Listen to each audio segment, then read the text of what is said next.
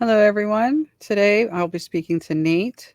He is going to share his experiences with UAPs with us today. I want to remind everyone that the views, thoughts, and opinions expressed in this video belong solely to the speakers and not necessarily to UAP Medical Coalition, its employees, volunteers, or affiliates. All medical references are for informational purposes only. This is not a consultation or therapy session, and this content can be triggering for some and is not meant for children. Thank you, Nate, for coming and talking today. Can you please tell people a little bit more about who you are? Yeah, thanks for having me. Um, I'm an experiencer from Cleveland, Ohio. Uh, my brother and I had an event occur right in our backyard, right over our home, and it sent me on the path of, discovery as much as one can achieve in this topic. Okay. And what happened in your backyard, may I ask? Sure, it was June 2018. It was around 6 p.m. in the evening. My brother and I were sitting in the backyard, just enjoying the beautiful day. It's Cleveland's pretty notorious for terrible weather, and we were enjoying the sunshine. Um, I happened to look up, and over my house, what appeared to be, it looked like a mass was coming up, and I pointed to my brother, and I'm like, what is that, man? What is that? What are you seeing? And he's like, is it a drone? Is it a balloon? What is it? And then almost in an instant, it took up the whole sky over my home, and it was I would say about a 40-foot metallic sphere with a dark cube in the center. Wasn't quite black.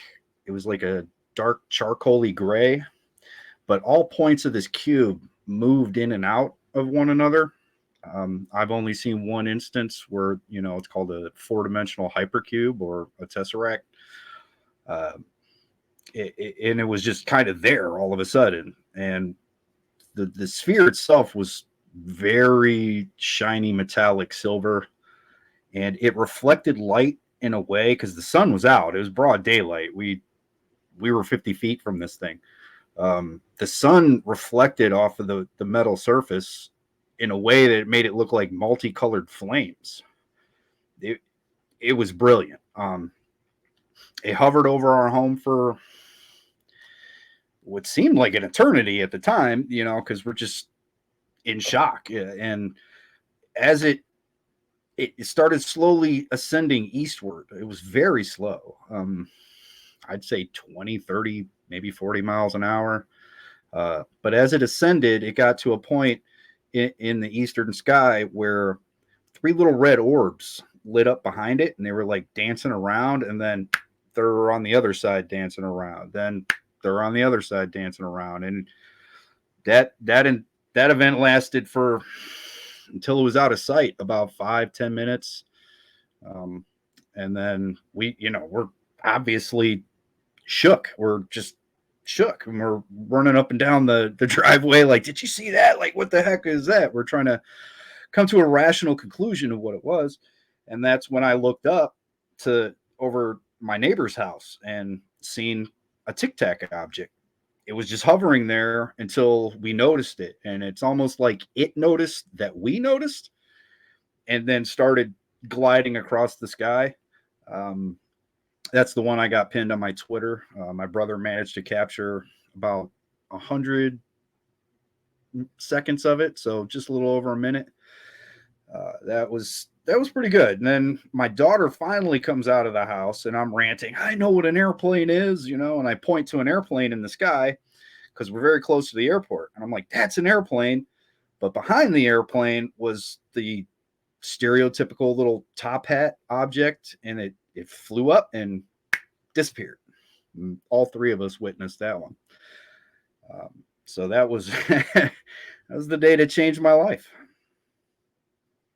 Okay, so did you have any physical effects from those experiences or those, well, observations?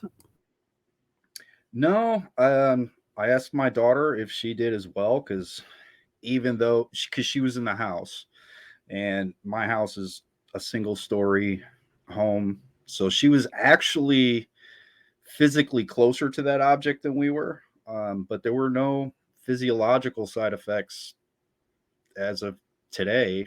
So yeah, and we didn't get any telepath telepathic messages or any of that sort. But it was just the the emotional stress from that.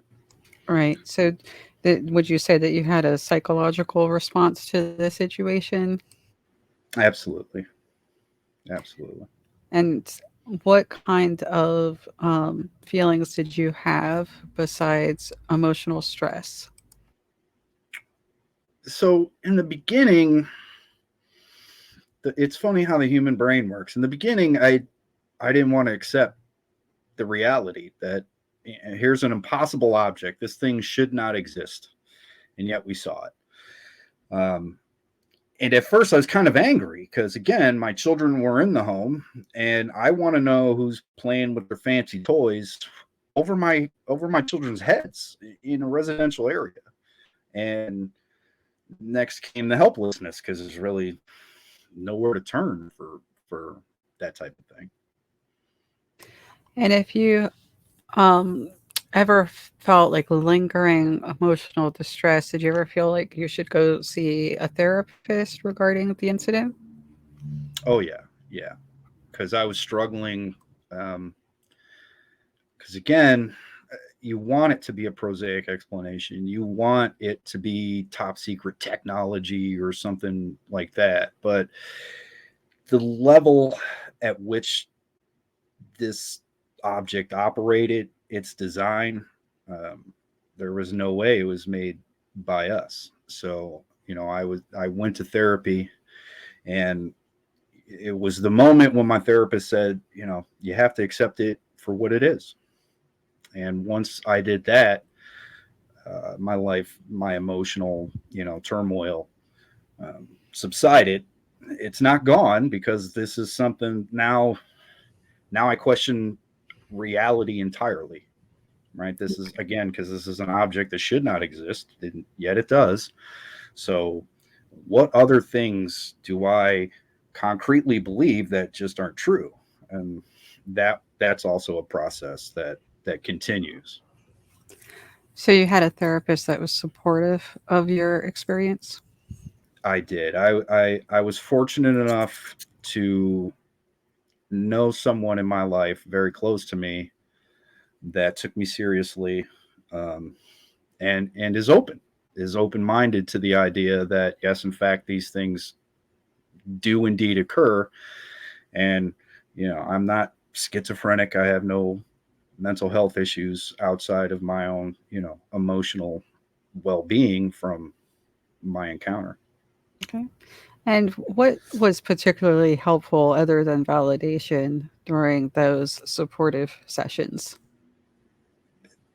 Having someone to listen, and I've been asked several times, like, what's the most important thing that you would tell someone who hasn't had the experience, who is dealing with someone who has? And the simple answer is just to listen. um, be that ear for them. I don't expect people to believe me, and I understand why. It's a fantastic story. If I didn't see it myself, I wouldn't believe it. But I was there. I can't just chalk that one into the bin. But the most important thing is just having someone to listen and take you seriously. You also mentioned that it was life changing. Were there like psychosocial impacts with friends and family? Well, I've always, you know, kept an open mind with things. I'm more of an evidence-based person, however. Um, and then when you shift to more esoteric type topics, it can be stressful for the people in your life. That all of a sudden now you're embracing what some would say conspiracy theories or whatnot. So I've learned to give the people the space they need, and not try to, they'll come around or they won't. But they're part of my life. I care about them. They care about me. So I'm fortunate enough to have a circle of friends that are very open minded and don't ridicule me or mock me for this experience. Do you ever have any like lingering issues nowadays, other than a passion to understand reality more? Well, I guess that sense of helplessness and powerlessness still manifests itself within me because again I'm just a guy from Cleveland, right? I don't have a Navy carrier strike group. I'm not a former intelligence officer, or I'm not a congressperson, or whoever the main important people are right now. And I understand why those people get their voices heard first. But those of us that don't have type of that level of voice or power to speak to power. Um, so I've kind of taken up advocacy and activism, just to let people know that if you have experienced something, it's okay. Don't isolate yourself, and there are people out there who understand and truly do want to help. Well, thank you so much for coming and sharing about your observations, the resulting issues that you experienced, and the fact that you had a positive therapeutic experience. It's very rare for me to get to talk to someone who had that. Yes, So, I've seen that. yeah, so I truly appreciate you coming today. Could you please let people know where they can find you? Yeah, absolutely. I'm on all the social media networks. You can find me on Twitter. Just type in my name, or my handle is UALLNV. Um, I'm on Instagram, Facebook, all that. We also have uh, my group that is local community based, which is called North Coast Aerial Phenomenon Project. It's kind of like a support group. We meet every month. There's no charges or anything like that. Anybody can come, from just the curious all the way to experiencers themselves, and we share our experiences with one another. And sometimes we have guest speakers come on and give us information and resources that is very important to the community. I think you'll be coming back later to do another interview about supporting experiencers. I truly appreciate that you're helping us provide this content for people listening. Thank you again so much, Absolutely. Nate. Yeah, anytime, anytime. Thank you.